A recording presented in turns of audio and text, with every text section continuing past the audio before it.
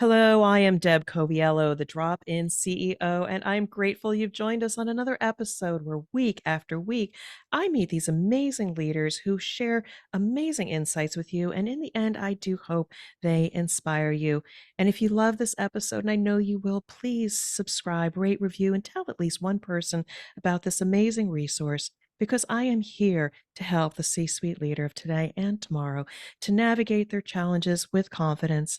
And it is my distinct pleasure to welcome onto the show Matthew Pollard, who is also known as the rapid growth guy, who is responsible for 5 multi-million-dollar business success stories. And today, Forbes calls him the real deal.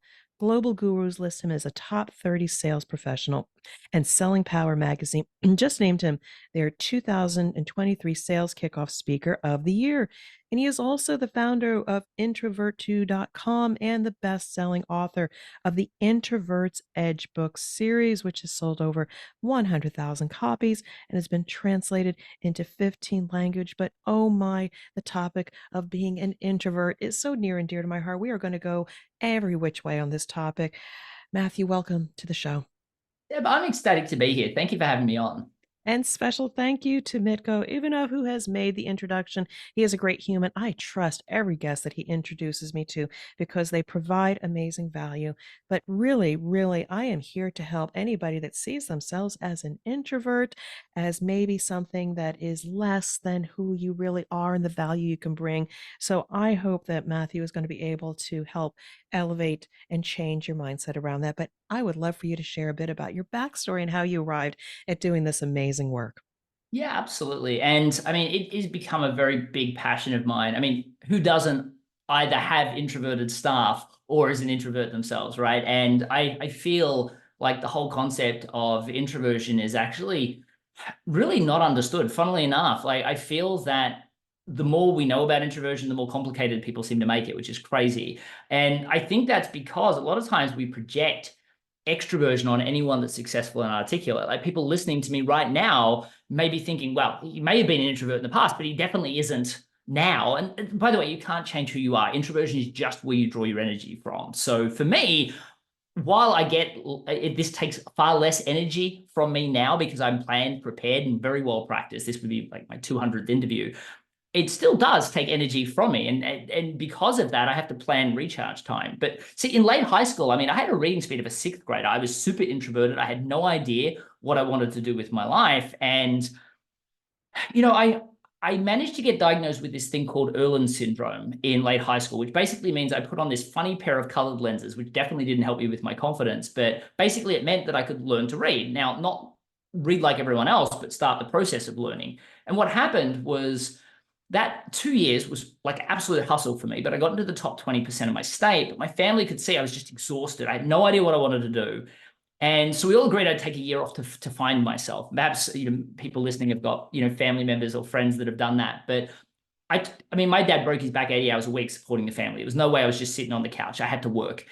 And I took a job at a real estate agency. And before you think I was the out person out selling, I wasn't. I was the guy in the back office doing data entry. And I think that I would have been really happy doing that job probably for the rest of my life, right? But I would never have traded in the life I have today. So for the people that are listening, that you might get the message that I'm trying to convince you that you should become a salesperson, start your own business, become a leader. I'm actually not.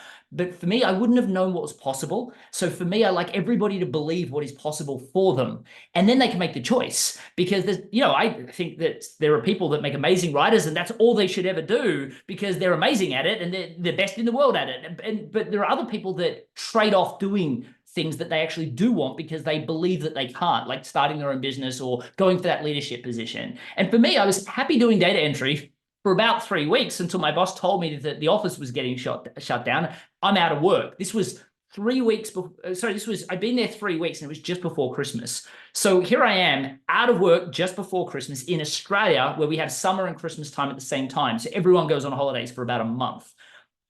Well, there was no jobs to be had. The only jobs I could find were these things called commission-only sales roles. And the whole idea of that was daunting, just not as daunting as telling my father I was out of work and I had nothing lined up. So I applied for all 3 sales jobs and I got 3 interviews. And then I got 3 job offers. And I'm like, wow, maybe they see something in me that I don't see in myself.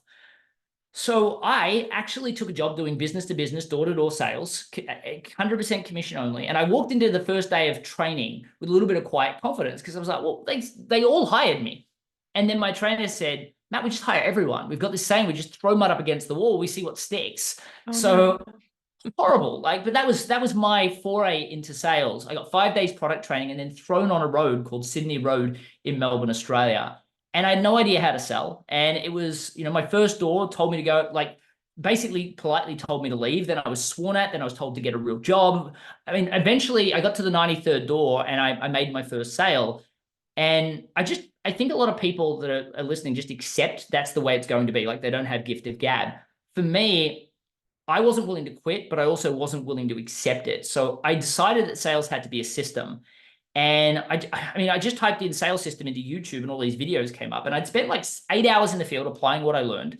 And then 8 hours at night, really practicing the next step or perfecting the step I was working on. And by the way, I'm not suggesting this to anyone. There's smarter ways to do it that I've discovered now. But then weekends, I'd spend 16 hours practicing. And it just got better really quickly. Like, soon it was 71 doors, then 43 doors, then 18, then 9. Eventually, I got it down to making a sale every 3 doors. And about 6 weeks in, my manager pulls me aside. And he had that face that I just experienced from losing my job. And I'm like, oh gosh, not again. And then he says, Matt, we just got our national sales figures. And it turns out you're the #1 salesperson in the company, which was the largest sales and marketing company in the Southern Hemisphere. And I mean, I went from really scared, having no business being in sales, to the #1 in the company. And then he looks at me and he says, Matt, if you can sell, you can manage. I don't know why people think that. Like, I had no idea what I was doing, but he gave me a team of 20, told me, just mud up against the wall, see what sticks. Well, everyone quit, but I went back to YouTube and learned how to manage. And I got pretty good at it. I got promoted about 7 times in 12 months. And then I started up my own business. And fast forward just shy of a decade, I was responsible for 5 multi-million-dollar success stories. Wow. And you're a faster talker than I am. Well, I will say, and this is what's really interesting, a lot of people will hear me right now and go, there is no way this person is introverted, right? Never mind that people like Zig Ziglar, the most well-known sales trainer on the planet, is an introvert. Never mind the fact that Ivan Misner, the founder of BNI, the world's largest networking group in the world, is an introvert. Never mind that Oprah Winfrey and David Letterman, like, if you think you can't do small talk, like, what excuse do you have? They're both introverted, right? What happens is people assume that if somebody's a fast talker, they are naturally extroverted or have natural gift of gab.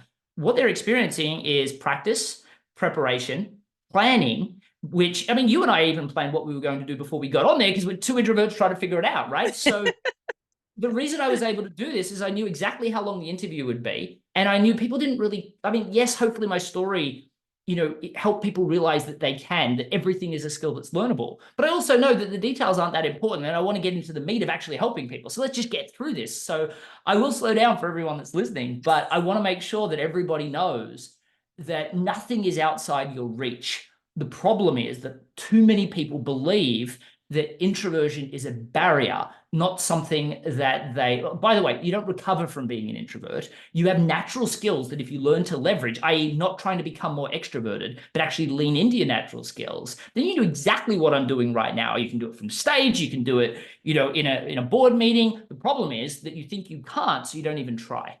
So that's where we're going to go next is let's just go to the topic of introversion. Before we jumped on here, I was labeled as ISTJ.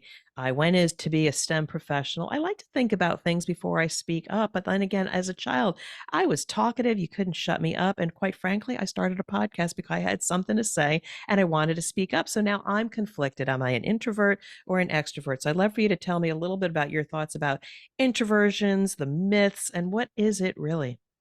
It's a really interesting question because, I speak at a lot of sales conferences, a lot of emerging leader conferences, and even asking that question leads to a nightmare of answers. And what do I mean by a nightmare of answers? Well, firstly, if you're a HR professional listening to this and you think you can just send out a survey, I want to tell you that everybody is going to lie on answering those questions. Why? Because if they come up with the letter I at the front, they know that you're probably not going to think about them for a leadership position. You're going to say, poor Sarah can't succeed at a leadership position, or Johnny, we shouldn't put him in a sales role, even though that's what he applied for, right? So you have to understand that we have to get rid of this concept that introversion is something that is a barrier that we can't get past, right? Because here's the thing. If you think about introversion as a spectrum, introversion, extroversion, Some might say that extroverts aren't the best listeners. They aren't the most empathetic. But here's what's interesting. HR knows that, but they also know that those skills are teachable, and they'll teach them those skills. They'll send them to a training. They'll give them, executive coaching. But if it shows up that they're an introvert, they go, oh, can't sell, can't lead. Not helpful. So we have to understand what introversion is. Introversion is simple. It's just where you draw your energy from. That is it. Now, what I find is that a lot of people that were introverts, so they use the saying, I was an introvert, but I'm not anymore. And the best example of this, I spoke at the AAISP Leadership Conference, which is, the worst acronym the longest acronym in the world, but basically it's the American Association of Inside Sales Professionals. The biggest leaders of all the major tech, finance companies. If you're a big deal in sales, you're there. And I surveyed all of them, and I just asked, are you an introvert or are you an extrovert? But I left the field as a typable field to see what would come up. And yes, you got some introverts, extroverts, not sure. The most painful responses for me to see were actually, I was an introvert, but don't worry, I'm not anymore, like it was a disease. Or I'm a recovering introvert, which I found even more horrid. Like, can you imagine being a leader that thinks that about introversion and feeling like your staff aren't going to be comfortable telling you that? So here's what I want people to know. Forget about who cares if you're introverted or extrovert. We all have our burdens to bear, right? The important thing is, and when I say who cares, I don't mean that way. I mean, don't worry about whether you're introverted or extroverted as a problem that you can't overcome. Understand that we all have our advantages, and what we need to do is we need to seek systems that allow us to lean in to our natural strengths. So we need to worry about it so that we know that specific thing about us. Like, I know that empathy I have in spades, active listening I have in spades, and planning and preparation all introverts have in spades. And because of that, I lean into those skill sets. And whether I'm selling or networking or public speaking, I leverage those skills. And when I speak from stage, I start with story, because I know the science behind telling a story means that the moment I get on stage, I'm nervous, and I start a story, and I know that the science highlights that it activates the reticular activating system of the storyteller and the story receiver's brain. And the moment that I tell that story, it creates artificial rapport that I can turn into real rapport. So I use story in sales, in networking, but the moment I walk on stage, and I feel instantly at ease. So introversion is where you draw your energy from. But the question is, how much energy? I know that when I first started speaking, for instance, it would take me about a day to recover from speaking from stage. I know people that it took a week to recover. Now I'll get up on stage, I'll be fine an hour later. Why? Because there used to be a lot of mental energy, anxiety energy, stress, but with planning, preparation, practice, I don't really feel much of that anymore. I know, and every now and then I get nervous when I go onto like a stage of a few thousand people, but I tell myself these people need to hear it. And I've now proven that so many times. So it takes far less energy. And what I've also learned is that piece of my brain that used to beat me up afterwards, that where I would constantly critique myself in a negative way, right? That part of a brain, every introvert has it. We're inward thinkers, and we're constantly ruminating. And a lot of times it's a negative thing. What I do is I don't allow myself to ruminate the night off. The next day, I'll allow myself to do it, but I do it from a continuous improvement mindset. What one thing can I improve tomorrow? And now I'm not emotionally connected to it because it's been a day. I'm not emotionally exhausted. And because of that, I give myself permission to breathe. And then I give myself permission to analyze and look for one performance improvement. And if you do that, it doesn't matter what skill set, forget about whether you're an extrovert or introvert, one performance improvement on every performance means that you become phenomenal. And that's why I've won speaking awards, considering I was terrible and my hands used to fly around like crazy when I spoke from stage. So I want everyone to know it's just where you draw your energy from. And if it's taking a lot of energy, if you're an introvert, to do things like sales, network, public speaking, being on podcasts, it means that there's not been enough planning, preparation, practice, and reps. And once you fix that, you can do all of those things, which is why I believe that introverts make the best salespeople, the best networkers, the best public speakers, because we're willing to follow a system. And even something like sales, Brian Tracy will say the top 10% of all sales performers have a planned presentation. The bottom 80%, which of course extroverts are at the top of, just say whatever comes out of their mouth. And that's why when you go to the global gurus list of top 30 sales professionals, I'm honored to be on it, but I'm not the only introvert. Lots of introverts are on that list. So that leads me then to the converse of that is that you talked about the strengths of the introvert. They are better at planning and preparation. And if they have a continuous improvement mindset, they're going to get better and better and be less stressed and less stressed. And their time to recover is shorter. So let's talk about the extrovert. What is their strength or their demise that extroverts might want to be careful of when it comes to sales, speaking, etc.? I'm often reminded of, I'm trying to remember the name of the TV show. It was Scrubs, and there was this one kid in Scrubs that was just super intelligent. He was like one of the people that just came in as a resident, as an intern or whatever they do when those professionals come in, and he had this natural skill, natural ability, and so while everyone else was dying at night studying, he just remembered everything. He just knew everything. And what happened is the senior, well, the person that ran the hospital, the basically realized that he didn't like him and he couldn't predict why he didn't like him. And he kept saying, there's something about this kid, I just don't like him. And then he realized he was lazy. He had a natural ability, but he wasn't doing anything to help himself. So eventually what happened is all the people that studied hard that had no natural ability eventually overtook him. And then he ended up dropping out because he'd never done the work. And this is what I find in all of these so-called extroverted arenas. And I'm not saying extroverts are lazy. What I'm saying is that extroverts, because of their natural ability, tend to wing things, where an introvert is terrible at sales, terrible at networking, terrible at leadership sometimes, until they learn those skills and they get their reps and they practice like crazy. But they overtake the extroverts because they're not winging things. So what answer can I give extroverts to this? They have to be willing to take a small step backwards to catapult forward. And a lot of extroverts are unwilling to do that. And so what I find is the salespeople that are extroverts that actually are willing to hold on to a system, that have foregone that short-term instant gratification of being a little bit worse at sales for a period to actually catapult forward, are amazing sellers. And the extroverts that have actually learned methodologies for active listening and empathy make amazing leaders. The problem is, because they're naturally doing a lot of things really well at the beginning, more often than not, they rest on their laurels. And the people that are willing to learn a system, especially those introverts that are terrible without them, they tend to overtake.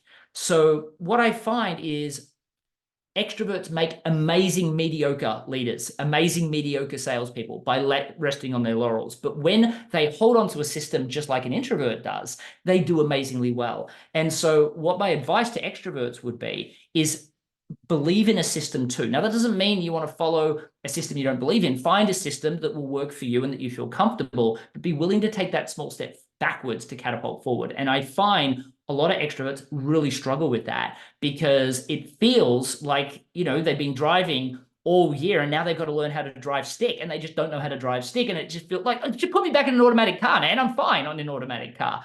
And that's their biggest hurdle. It's just an element of resiliency or having an open mind to potentially learning some new tricks. Mm-hmm. But those who are successful will learn that, yes, there are other ways to do that. I mean, and if nothing else, you give me some encouragement. I will now claim being an introvert, but I love the stage. I love the opportunity to share my thoughts, bring your thoughts to my listeners, to my audience. So again, I love the extrovertedness of being able to express and connect and tell story to be able to have an impact. And that's what we're doing when we're selling. We're trying to sell ourselves. We're trying to build human connection, build relationships in order to advance and serve people and sell and things like that. If I can reframe that just Yeah.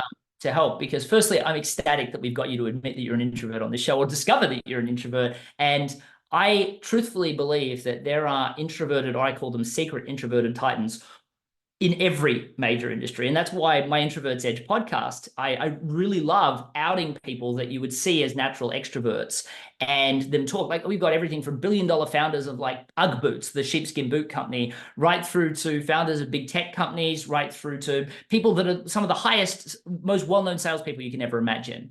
But one of the things that I'm always very, very focused on is helping people realize that the goal is not to become the best, more extroverted, or to use extroverted skill sets you have to understand that there's no such thing as an extroverted, a so-called extroverted arena. And that's why I say so-called. What you have to what I believe is introverts need to plan, prepare. I mean, Deb, the amount of questions that we discussed beforehand, the amount of conversation we had beforehand, you were leaning into your introversion, not your extroversion.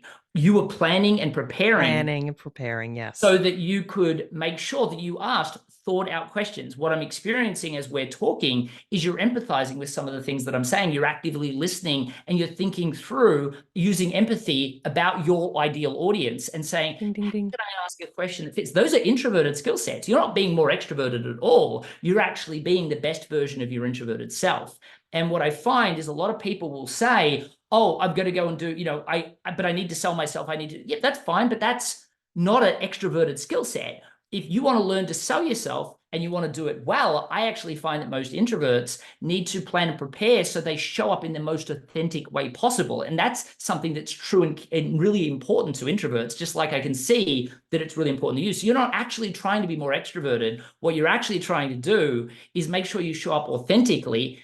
To you, it comes across as extroverted, and to most people it does, but you're actually being an authentic, true to yourself introvert. And that's what I think is powerful.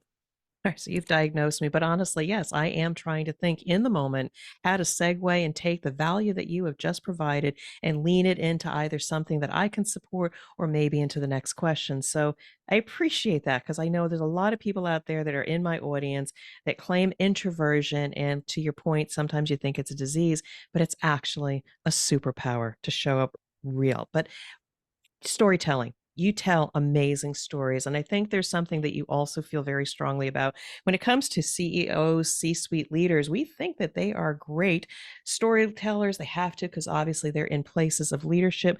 But you have a different perspective on this. What say you about leaders and storytelling? It's a really interesting question. Like I speak at a lot of organizations that have just been acquired, or they have just gone through an IPO and things like that. And like the organization doesn't even know their story anymore. And the CEO always wants to get up on stage and tell everybody how amazing it is for the IPO to have happened or for this merger to happen and how they're all going to make a ton more money. I'm like, nobody cares about that. Like, I mean, especially in today's world, you can go make money anywhere. People want to believe in something.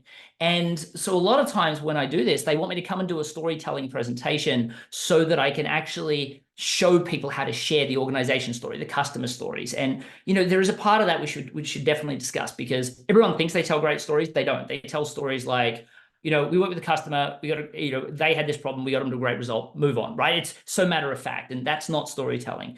But for especially the leaders that are listening, your team want to feel like they're part of something.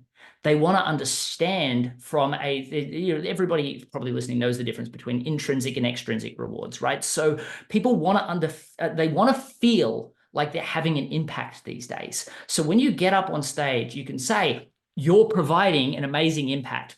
So what? Our logical mind's listening to that. It doesn't care, right? It can't process that information. But if you say, I was down in the customer service center yesterday and I noticed this person talking on the phone and then talk about the story of the customer and how you had that impact and you didn't realize how much of an impact that you're as an organization you make, which is why we're so delighted that we can now scale and make this amazing impact in such a more phenomenal way. People care about that stuff. And they feel part of something. Oh, by the way, you're going to make a lot of money. That's expected, right? Otherwise, they would just go anyway. But now they feel part of something. They're actually willing to make less money because it's proven now. There's so much research about people are willing to forego slight wage increases to feel part of something. And truthfully, especially for those organizations that don't have the Apple, the Microsoft name, I have found that one great story about the corporate culture and how much of a meaningful impact that you're making to your customers, but also the family. I don't like to use the word family because that means sometimes you never get to switch off because you always come through your family, even at 11 o'clock at night. But the culture that you have and that strong connection that you have with this team all battling to help this group of people, that attracts and keeps the best talent. I even had one person that was working for an insurance company, and this is a horrible story. He was working for an insurance company, and the company almost got bought out by a Chinese company. And I say almost because the government blocked it. Then they went through an IPO, and the IPO got blocked. And sorry, the IPO failed, and then they eventually IPO. Like, so the CEO wanted to get up on stage and tell this great story about how they're all going to make more money, as opposed to now they're stable, they have this opportunity to have this impact. But what the most important story on the ground was actually this one person. They did a Gallup poll, and one of the questions was, does your best friend work at the organization? And he got really upset about that question. Right? How dare you ask me that? And he didn't realize why he was so upset. And what he went and spoke to the people, and they said, this is actually one of the biggest indicators of someone leaving the organization. And what he realized is that a lot of his friends had left during all these issues and fluctuations and gone and got other jobs. So he was actually angry that he used to have best friends, but he didn't now. But what he also realized was that he also used to be more involved. He used to invite people to the house. He used to go out to dinners. And since COVID, that hadn't happened. And so he hadn't made new relationships. So he took ownership over that. And that then led to him being able to say, yes, I have lots of really great friends now in the organization. He was actually thinking, he wasn't thinking about leaving, but he was close to that cusp of thinking about leaving. But by going through this process, he realized that he could create that organizational dynamic for himself. And now that story is shared across the organization to suggest this is what you need to do to be happy at this organization. And now the corporate culture's improved a ton. We've seen stories used in hospitals with kids with eating disorders where their emotions switch back on and they're acting out. And they're like, what have you done to my child? And the person that is helping that child can explain in a logical way why it's just part of the process, because they haven't eaten, their emotions are being switched off, and now they're on. But nobody hears it, not even the person telling it, because everybody's in an emotive state. When you tell a story, it short circuits the logical brain. You speak directly to the emotional brain, which is where they're actually feeling it. So we've proven that stories like this increase retention for the hospital workers because they're not feeling like they're hurting the child. And for the parents, it's allowing them to feel comfortable because you remind them of the story, you meet them where they are. But here's what I mean by people don't tell stories correctly, especially in sales. It's terrible.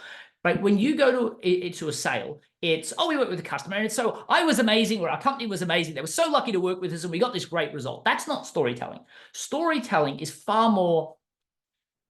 Everybody that's probably listening is probably married, in a relationship, or at least remembers being part of one. So let's use this as an example. Like the story of how my wife and I met. When we first started telling it, there were certain things that didn't really excite people. So we may have removed those elements.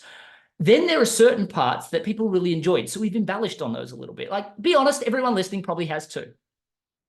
The truth is, the story of how my wife and I met now, when we tell it together, it's a theatrical masterpiece. Like I say certain things, she says certain things, we say things together, and we look at each other, we hold hands, and we're like, so that's how we met.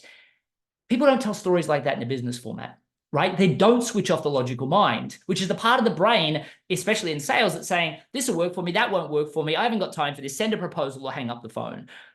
When you tell a story, you short circuit the logical mind, you speak to the emotional mind, but you need to bring emotive elements into the story.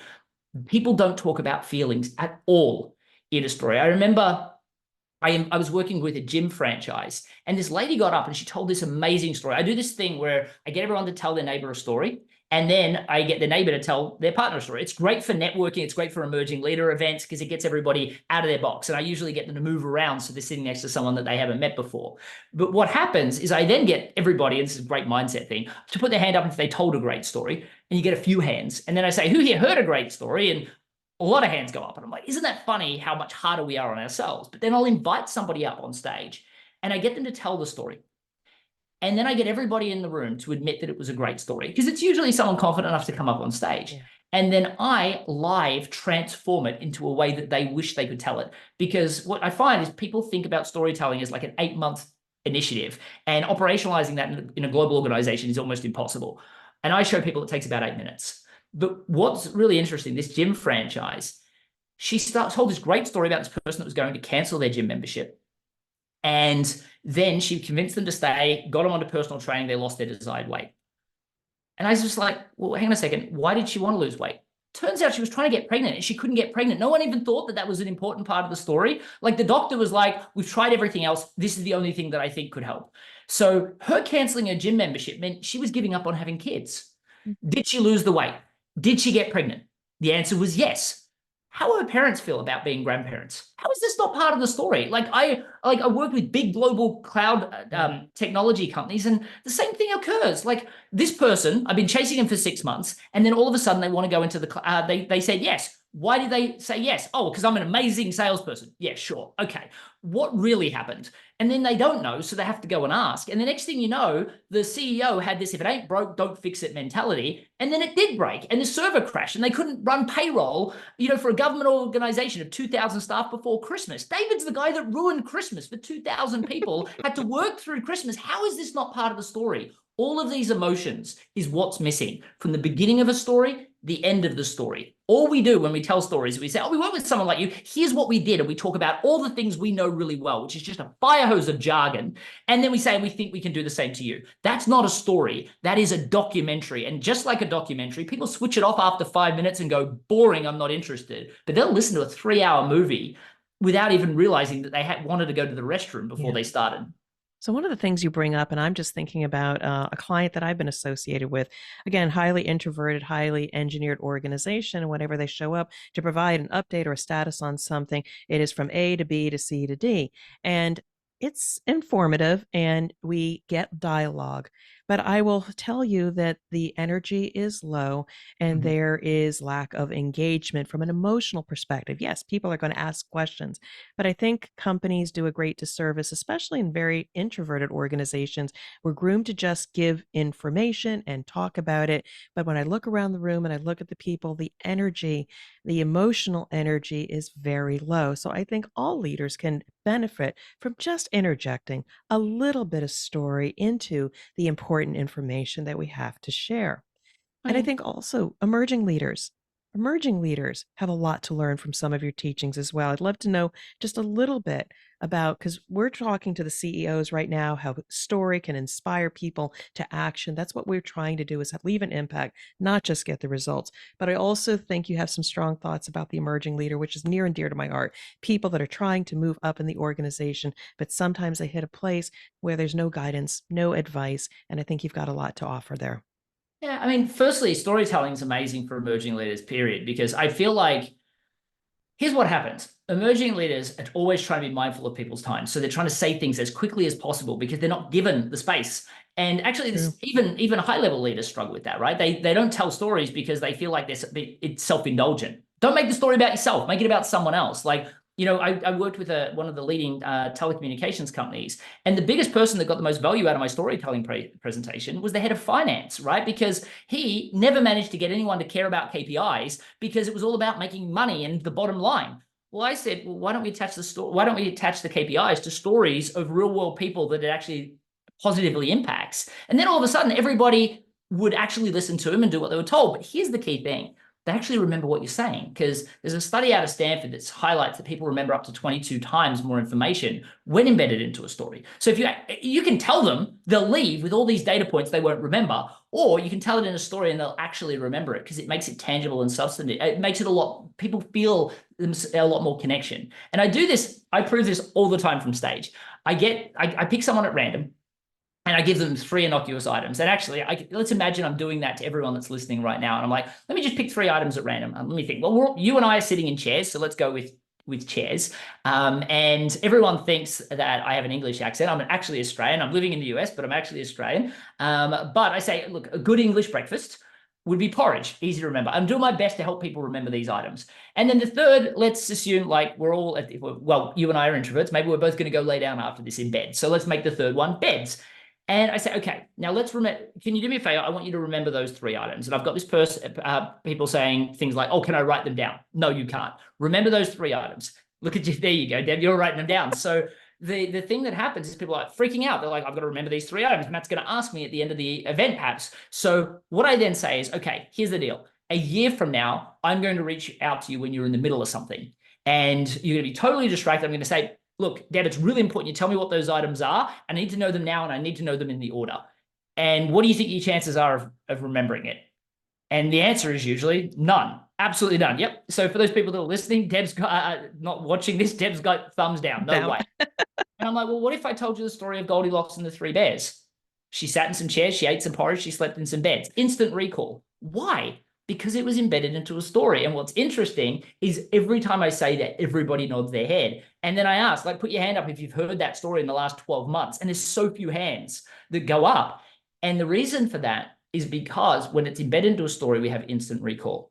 And that's why emerging leaders need to make sure, because they don't want to tell people things. They want to inspire people to take action and actually remember them. And that's why storytelling is so critical. When I speak at emerging leader events, I will talk about the importance of using story, even if you feel like you only have a minute. We've tested this with cold callers that get 8 seconds with a C-level executive before they hang up. And they've tracked over 2.5 minutes of call time on a cold call with a C-level executive by segueing into a story instead of using logical fact. So the great thing for emerging leaders is know that it will give you a superpower to actually get them to stop and listen to you for longer. And remember that story activates the reticular activating system. So the CEO or whoever senior leader you're talking to will walk away going, I really like that person. I don't know why. You know why. You artificially created that through sharing a story, but now you can turn that into a really authentic relationship. But the thing that I will say is I believe that most emerging leaders' biggest struggle is actually differentiating themselves from someone else.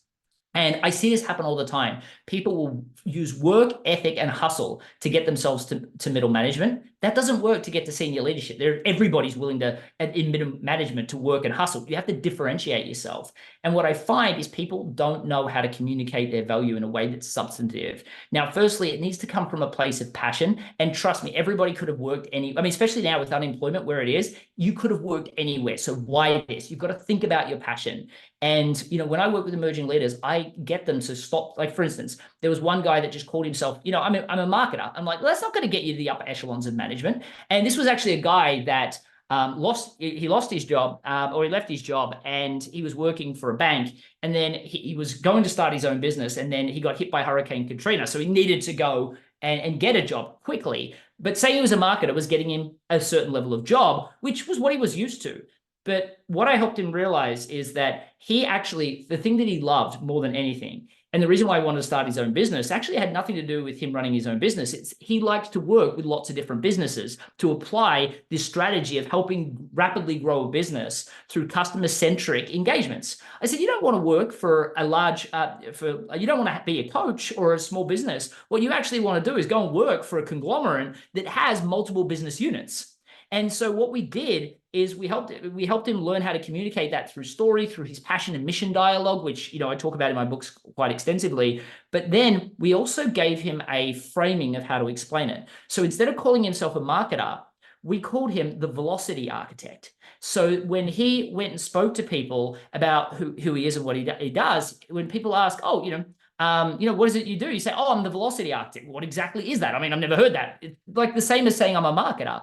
And when people lean forward and ask, he talk about his passion and mission for helping people create customer-centric engagement to create, to get more customers. And then he would tell a story. Worked with another person that was somebody that was struggling to communicate their value, and they were working in acquisition. And what we found is it was a education platform. So basically, all those platforms, probably everybody has them in the organizations that are listening, where there's like this training center that's kind of put into your internal system. And what they found is they go and sell this training, and then no one would use it. So they would end up canceling a year later because no one would use it. So they spent all this money on acquisition. They'd make all this money from the 12 months, but then they'd cancel. So they were in this constant hamster wheel. So what she thought is, or what she was really passionate about, is helping people actually use the system. And the problem was nobody actually cared about that because there's no money in making sure people use it in their mind. So what we did is we said, well, what if we got people to use it and we captured all those success stories and then we use those to get new customers, but also before the re-sign. And what happened is it led to a spike of re-signs and a spike of new clients. We called her the acquisition renegade. And so she started talking about the fact that she was kind of a renegade looking to acquire customers and retain customers in new and different ways by actually delivering on the promises.